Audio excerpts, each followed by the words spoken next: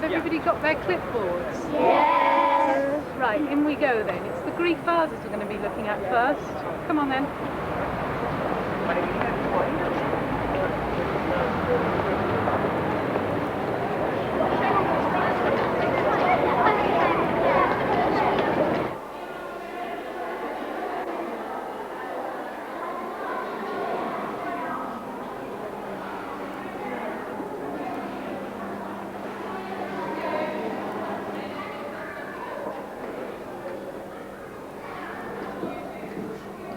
No, there's millions of them. We'll never find the ones we want.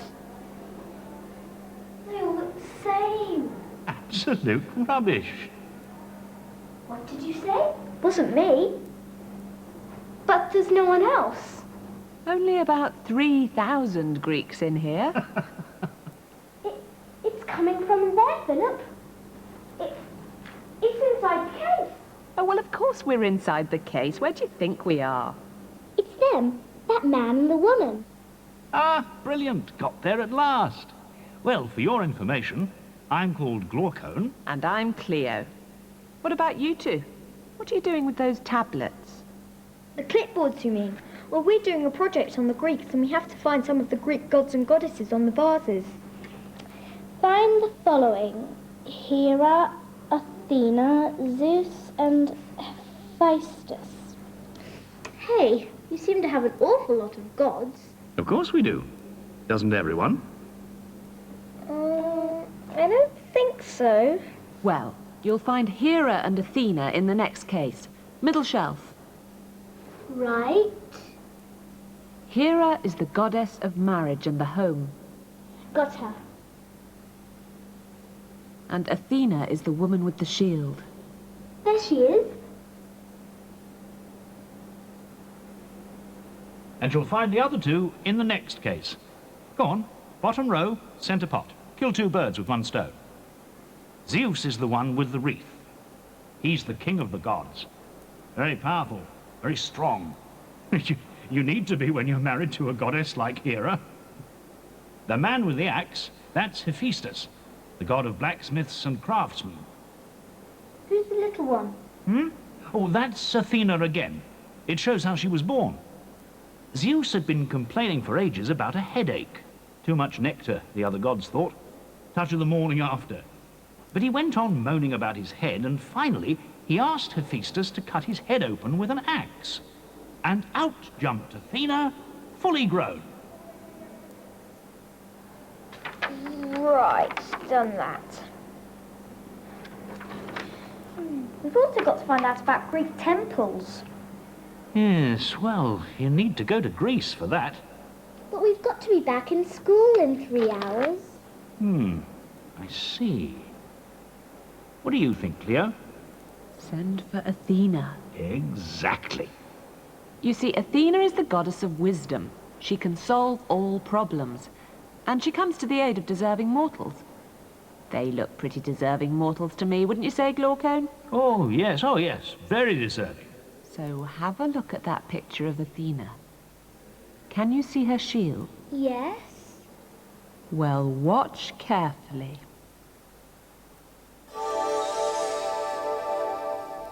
There's Britain.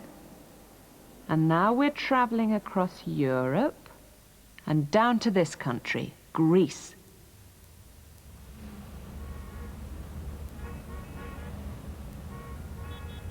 The most famous city in Greece is called Athens. It's Athena's favorite city, and right above the city is her own temple, the Parthenon. The gods were thought to live on Mount Olympus, but they also had their own temples, places where people went to worship them. And the Parthenon is probably the most famous of them all.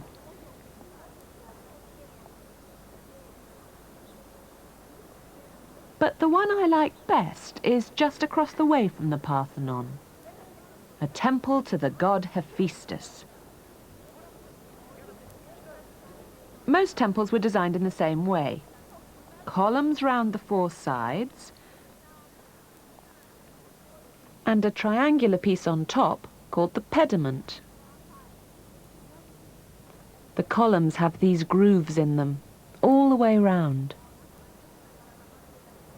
And above the columns, there would often be carvings. They've nearly all disappeared now. That's what happens with time passing. Things change. But in the old days, the carvings showed the labours of Heracles. The labours of Heracles. That's not part of our project. Yes, we've got to find out what happened to him. You mean you don't know? What do you think of that, Glaucon?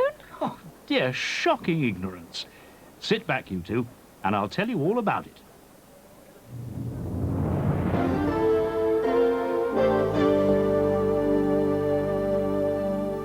Zeus, the king of heaven, knew all things. He knew what people were thinking before they knew it themselves. He understood that before the end of time, the giants would attack the gods. And he knew that only a boy born to a god and a mortal woman would be able to destroy them. So Zeus came down to earth.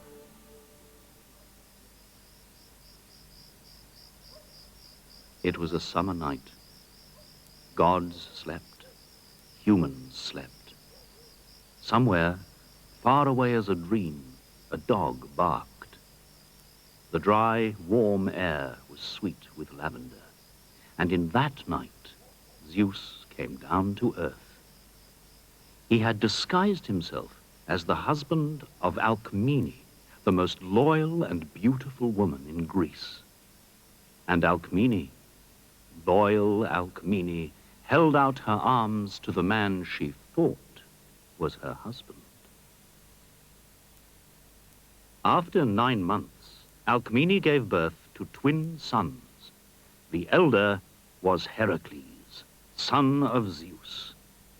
And the younger, born the next day, was the son of Alcmene's real husband, Amphitryon.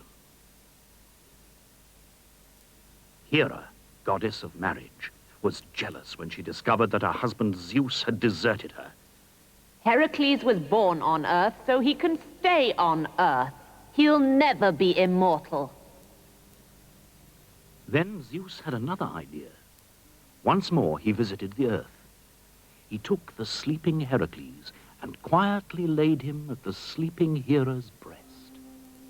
As baby Heracles sucked greedily, Zeus bent over him. "The milk of a goddess," he whispered. "Now you too will live forever."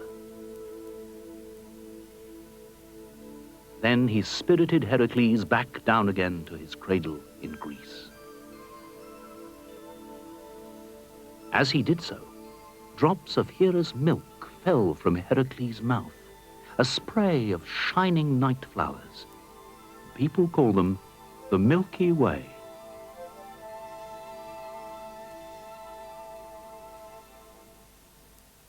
When Hera discovered what had happened, she was so angry she decided to destroy Heracles. One night, when Heracles and his brother were 10 months old, she sent a pair of poisonous snakes to their nursery. When Heracles' brother awoke, he saw the snake's yellow eyes and screamed. His father, Amphitryon, ran into the nursery with drawn sword, and the sight he saw amazed him. Heracles had grabbed one snake in each fist. With his left hand, he was squeezing. With his right hand, he was squeezing. Then he stepped out of the shield and showed Amphitryon the snakes.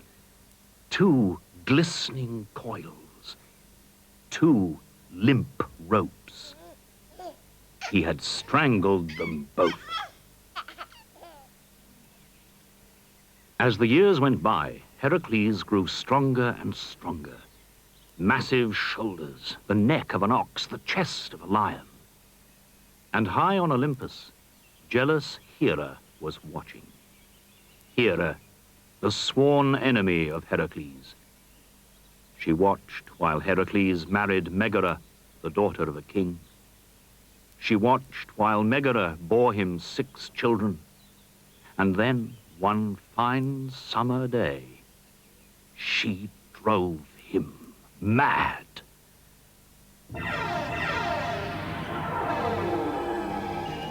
Heracles' wife and children were playing under the great flapping plane tree. As he stared at them, the world around him began to roar and whirl. One by one, it seemed to him that his children were changing into hideous giants with wild, angry faces and greasy long hair and dragons' tails. And as the darkness descended on him, his great bow twanged.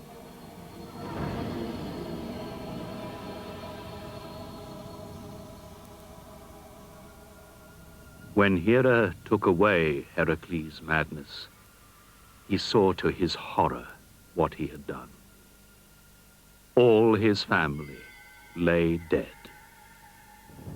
He had killed his own wife and children.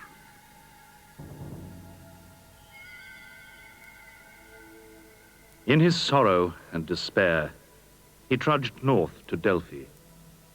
He would visit the cave of the dragon priestess, and there he would seek help. As he entered the cave, the priestess peered up at him. It's you, is it, Heracles? I knew you'd come. You knew this? And I know that you have murdered those you love most. Tell me then, how can I live with this? You must make a sacrifice of yourself. You must purify yourself.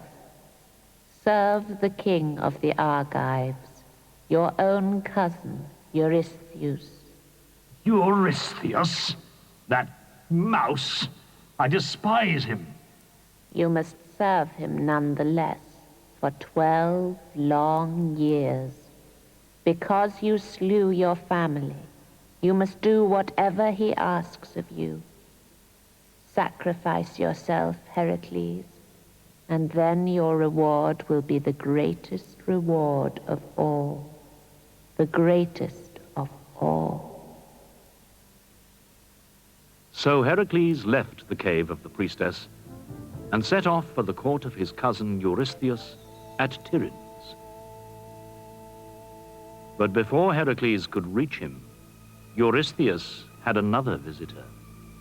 The goddess Hera had come down from Olympus to whisper her poisoned thoughts into his ear. Eurystheus, you must set Heracles 12 terrible tasks. Set him labors that bruise his bones and break his back. Do you hear me, Eurystheus? I want him dead.